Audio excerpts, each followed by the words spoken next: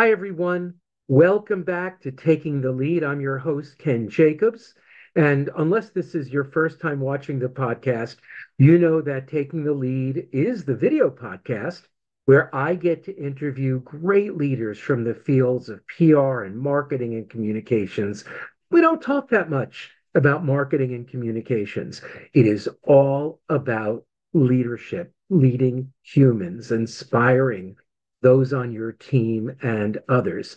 I am so excited about to introduce our guest for today. It's Michael Kempner. Everybody watching this knows he's the founder and CEO of MikeWorldWide, previously known as MWW. That was back in 1986. Tell you a little bit about him. He's a trustee of American University, founding board member of Connect One Bank, board member of Radio Free Europe and Radio Liberty, and a number of other boards. Honors, so many honors, but here are a few. Multiple PR Professional of the Year, inducted into the PR Week Hall of Fame in 2020, appointed by President Obama to the White House Council for Community Solutions and the Broadcasting Board of Governors, which is now little tighter name, the U.S. Agency for Global Media. I am so excited to introduce to Taking the Lead, Michael Kempner. Welcome, Michael. Thanks, Ken. It's great to see you, and thanks for having me. My pleasure. So let's jump right in. You. What are you doing at MWW, Mike Worldwide, to build an inclusive and empathetic workplace? Well, that's actually the foundation of the company.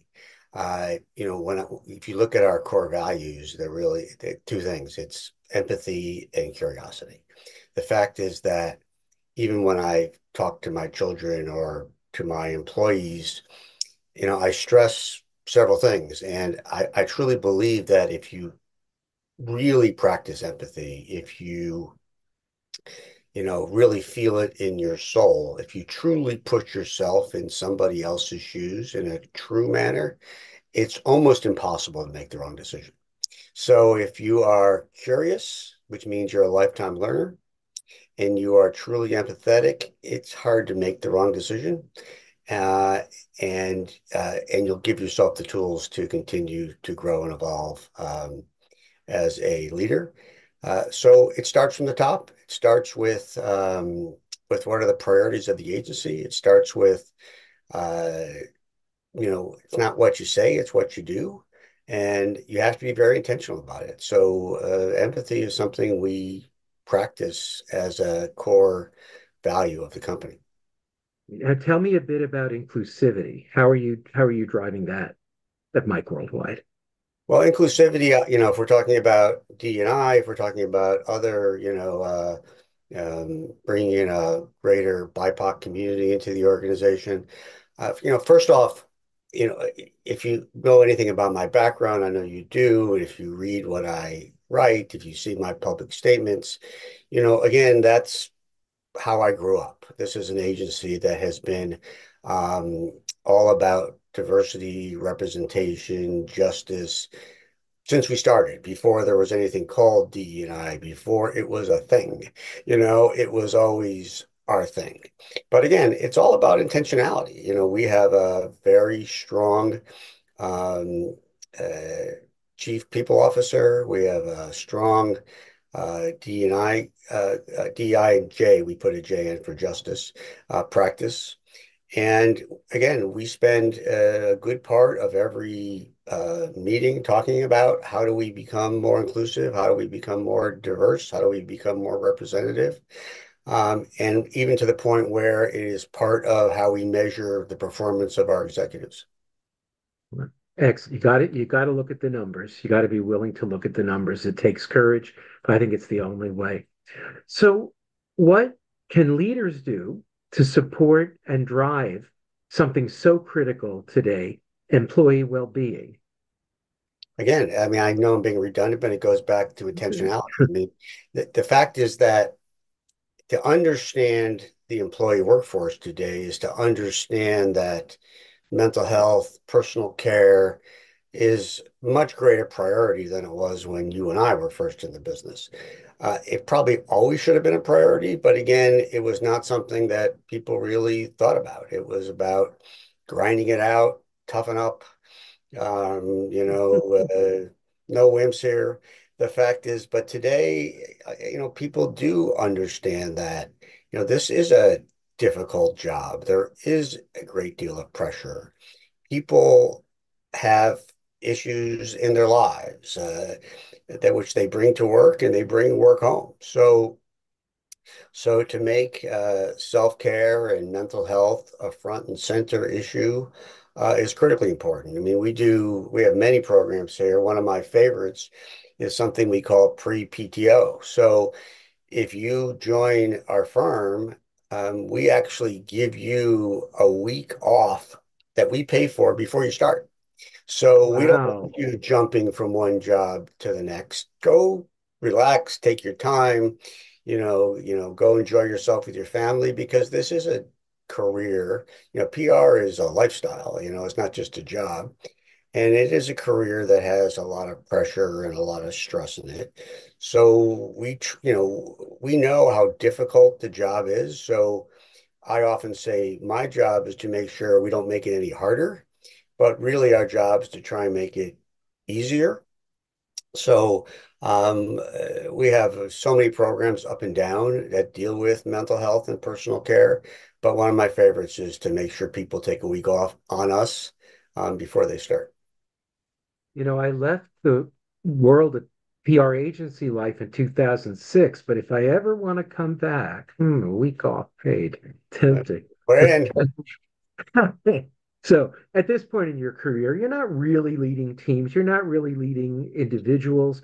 You are absolutely leading leaders, many of whom very talented in their own right, some as experienced as you. I mean, some who could be CEOs, let's face it. So, what's your special sauce, your special approach to leading leaders and knowing they may be watching this? So, you're going to be telling them how you lead them. well, I would argue you start with the fact is I try to always hire people that are better than me at what they do. And I've been doing that since, again, before I've been doing that since I even knew I was doing it, but I do it today. So, everybody we hire, uh, I look at them as either a current and or a future leader. I start by, treating them as adults. We don't, I trust them to do their job. I hire them because they're great at what they do. And so, often when we bring in people from other agencies, I have to just tell them like, relax, you're doing great. We don't judge you minute to minute. This isn't that kind of place. We judge you in the whole body. I also have to get people comfortable taking risk. It's okay to fail. In fact, I would argue it's necessary. So I try to teach people that it's okay to be wrong. But if you're wrong, do it for the right reasons. You're never gonna this business. There's nothing empirical about it. You could do everything right and still be wrong. So how do you how do you teach people that it's okay to take a risk? How do you teach people that they're not going to get blamed or fired if they make a mistake? Just make good decisions. But if you're going to make the wrong decision, make it for the right reasons. Yeah. And then the other thing I really try to work on is that I don't believe it's my job to tell people really what to do. People will come to me and say, "What do you think I should do about this client?" And my first answer will be, "I don't know. I've never even met them." The fact is, but I can give you my advice and my experience on what I've seen before. But the reality is, most people have the answer within themselves. They either don't have the confidence or they may not know it's there.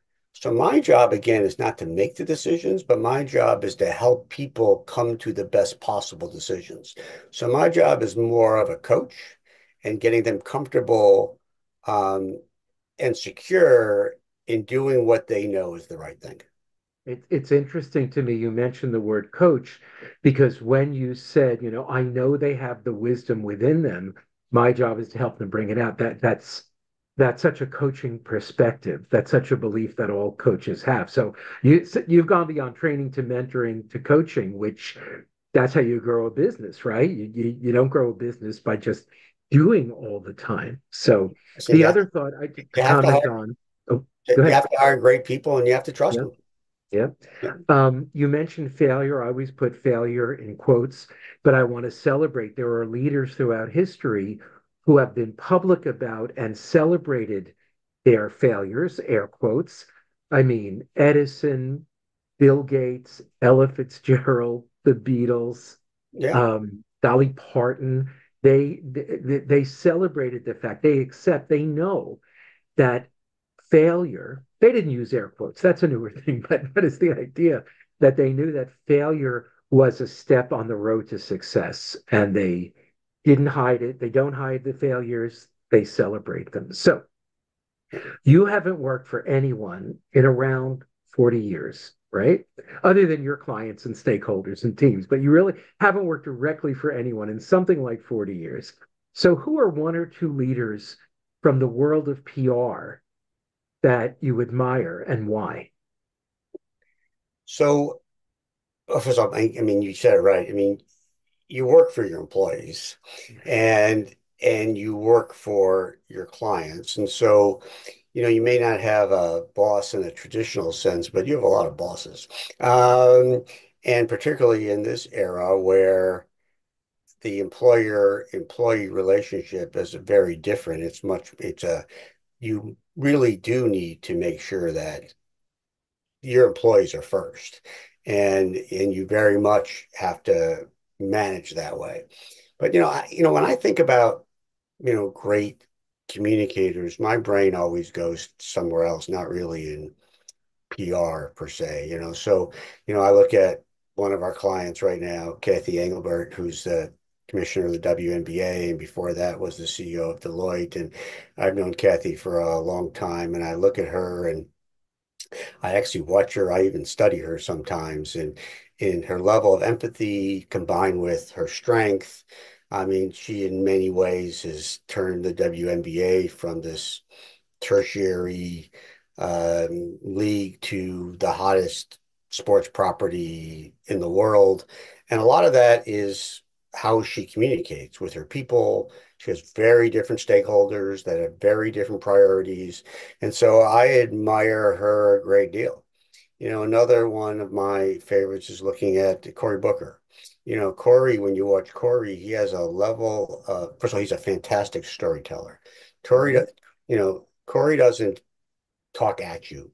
He tells stories. He talks with you. He brings you in. He always speaks with empathy. He never makes himself the center of the conversation, but he leaves people ready to climb mountains and they're weeping and they would do just about anything for him, but he never makes it about him. And so, I tend to this almost goes back to your question about, leadership. I've always made it a point to study great leaders and to see what they do really well and see what they might not do not so well. So we have fantastic people in the industry. I'm a huge fan of Diane Lippman at MSL and I've got, Josh at Day One. I mean, there's some fantastic people in our industry who I think are extraordinary for, different reasons. Um, but my real mentors are people that, well, not mentors, but the real people I study are people typically outside of the industry. Last question. What's your advice to managers who want to make that leap to leadership? I first, I would tell you that it goes back to what I just said. You know, take a few people that you really respect or frankly don't even like and study them. Watch what they do, see what works, see what doesn't work. I take a look at my management style, and it is absolutely a composition of former bosses and associates I've had who I learned what to do and what not to do just by studying how they walk, how they talk, how they eat and how they sleep. I mean, also, volunteer, get yourself involved. You're not going to become a leader by doing the minimum. You're going to have to be prepared to do the maximum plus. Be curious, understand empathy, understand and validate people's feelings. You may fully disagree with somebody when they come to talk to you, but they're not lying to you. They actually feel that way. So many people think, oh, they're just telling me this because they want something. No, no, no. People don't lie. When they're telling you how they feel, you may fully disagree with it, but they feel that way. So you need to understand it and understand where their feelings are coming from. You may not agree with it, but if you don't validate it and don't believe that it's sincere, you'll never get people to follow you. So based on that, I'm going to share a story I haven't told you. You may not remember about studying a leader. 15 years ago, maybe 10 or 15, I was doing a training at what was then MWW in New York. I didn't set up the training through you. I set it up through your people, et cetera, et cetera. It was a big day.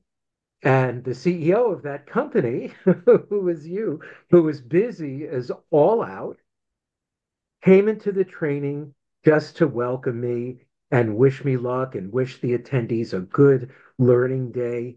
Man, I was so touched. I don't know if I've ever told you how That's nice. touched I was by that. And that was a great lesson in just be generous. And being generous with your time when you're a C, you didn't need to spend those 5 or 7 minutes. You had big things to do, right?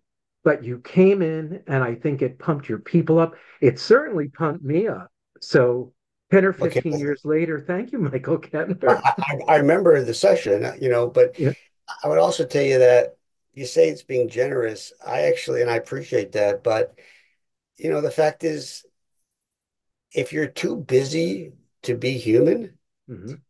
then you shouldn't be leading people.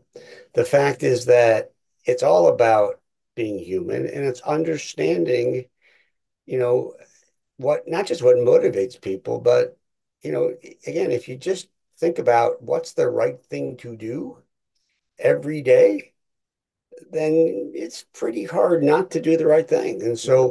so I don't think I did it to be important or fancy or No, to please no, anybody. no, no, no. I just think that, if people are going to come and you gave your time, that my team was giving their time to listen to you, they should know that I appreciate it. Well, I think it's about being kind.